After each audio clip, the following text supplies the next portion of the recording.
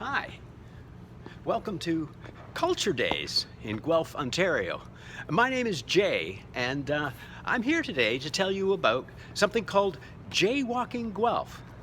What in the world is JayWalking Guelph? Well, it's a series of walking tours, storytelling tours, a bit like live outdoor entertainment, live theater, if you will. The first tour is something called Scandal on the Speed River. We go to the boathouse in Guelph on Gordon Street and walk up and down Royal City Park. Well, I tell tales of scandal from the 19th century, a story of Annie Mary Carr, who was abducted on Wells Bridge, a story of the Foster wedding from 1867, in which a poor young boy is fatally wounded.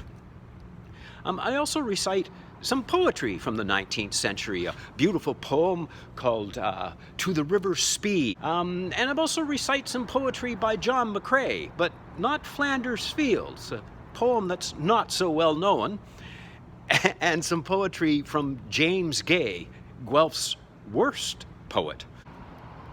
The next tour that I do is called Guelph Early Days.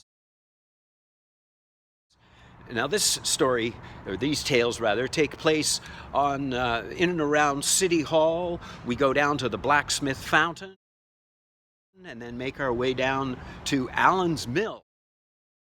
That one really is a sort of the story of the Canada Company and Guelph's founder, John Galt.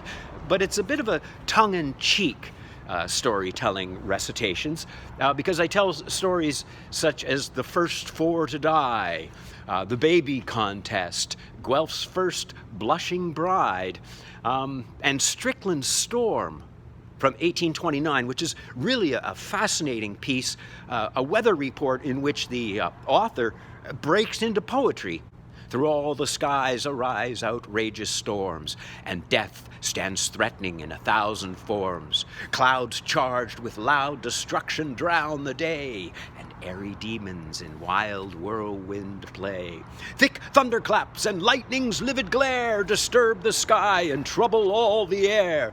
So you really get a sense of Mr. Strickland really capturing the emotions of this tornado, which went ripping through Guelph in 1829. Third on the bill is The Tale of the Unfortunate Man. The Unfortunate Man was the name that was given to William Harvey, who in 1889 murdered his family. And that tale takes place right here at the Wellington County Courthouse. The Wellington County Courthouse is a beautiful facility, and very often when I take people back here, when we're walking, a lot of people comment that I've never been here before. So that's sort of the purpose of JayWalking Guelph as well, to share some of Guelph's architecture, some of Guelph's wonderful limestone buildings, but also to tell some tales from Guelph's past. So why would Jay of JayWalking Guelph tell these stories? Well, my background actually is the performing arts. I spent many years working in live theater, graduated from the University of Waterloo in, oh boy, a long time ago, let's just put it that way. And I've spent my life sort of reinventing myself as I've moved through my career. I for a time was the company manager of the National Tap Dance Company of Canada, although I don't dance a step. That was all administration, but I had a wonderful time touring all of North America and down through the United States and to Bermuda with a group of tap dancers who were very talented people. From there, where did I go? I think it was the Ontario Lottery Corporation, where I did special events for a number of years and created something called the Mobile Stage, a stage which would go to fairs and festivals and help showcase a local talent. A show for the Ministry of Health called Health Spell, which was a children's show which toured all over Ontario. And then I found myself, at the Gravenhurst Opera House, of all places, where I started a training facility for children in theater arts called Showbiz Kids. After that, I ended up at Theatre Collingwood. I was there for 8 years as Associate of Membership and Development, Arts Administration, raising money, but I also had the wonderful opportunity to perform in the summer season. So every time there was a season, summer shows came around, I got to tread the boards again. So it was a wonderful, wonderful experience.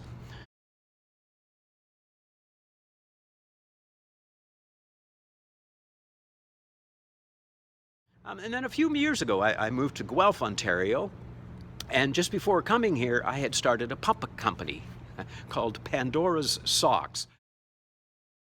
And these were tales of Greek mythology, which I did for children, and also for seniors. I would travel to seniors' residences, long-term care facilities, and retirement homes. And as I was doing that, I had, as I said, a puppet show, which sort of evolved into a variety show, kind of a vaudeville-style show, with music and entertainment and skits and routines and recitations, poetry recitations, interesting stories. I now am leading tours, so I'm a tour guide. These are the stories of people who lived in the buildings or died in the buildings, as the case may be here. So, where do these stories come from? Well, there's a number of sources that I'm currently using. I was a volunteer with the Arts Council and led their historic walking tours, where I learned a great deal about places like the Ward. And that got me curious because those tours have been going on since 1977, since the 150th anniversary of Guelph, the founding of Guelph. And these walking tours are more architecturally features. They talk about the buildings that we see. And I started to get curious about the people who lived in those buildings. So I started doing some research, and I came across a gentleman by the name of Cameron Shelley, who has a blog called Guelph in Postcards. Cameron's an interesting man because he approaches history through a picture postcard, through the analysis of the picture and what that picture is telling him, or perhaps the writing on the back of the postcard, or who the postcard is addressed to. And he gets curious about the lives of those people, and that's often the springboard for a whole set of interesting stories. So he's a good source of stories. There's also a gentleman in town by the name of David Knight. David Knight is he's a multi-talented, I guess, Renaissance man, really. He does comic books.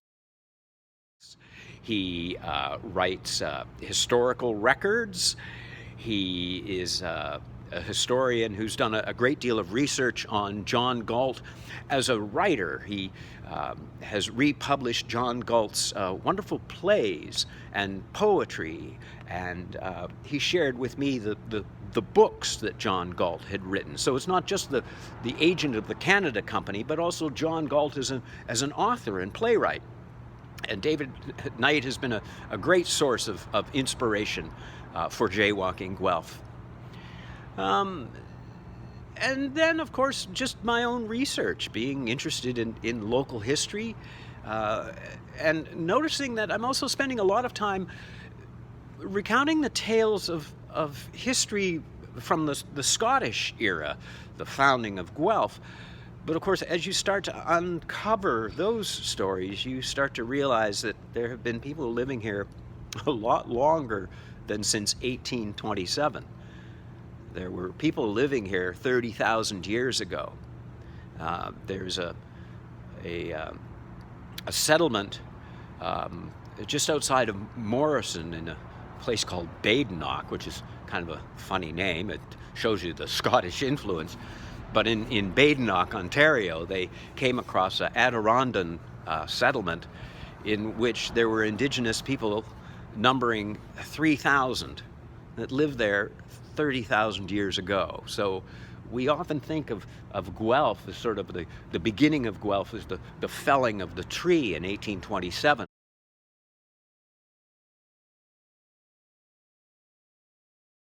On St. George's Day to celebrate the patron saint of England.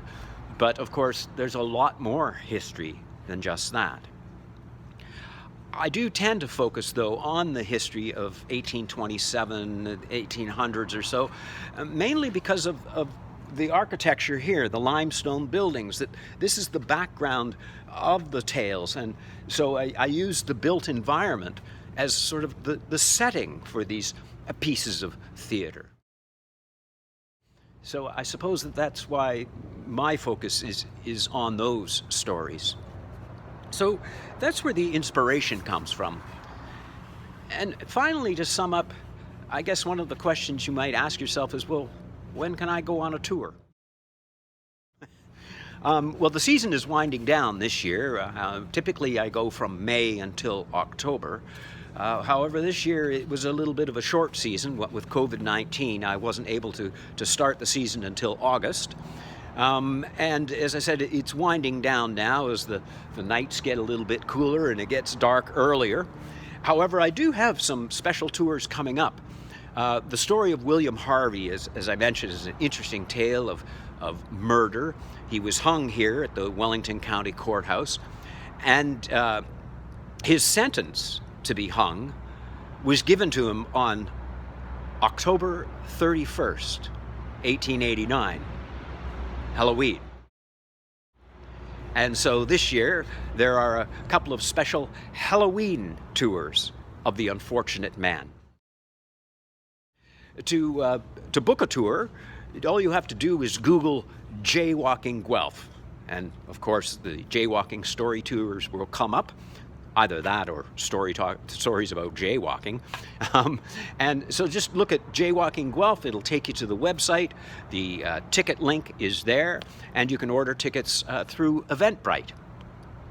So I think that pretty much covers everything I have to tell you about JayWalking Guelph. And thank you very much for spending the time with me today. I'm wishing you all a great and successful Culture Days experience, and I look forward to being your host.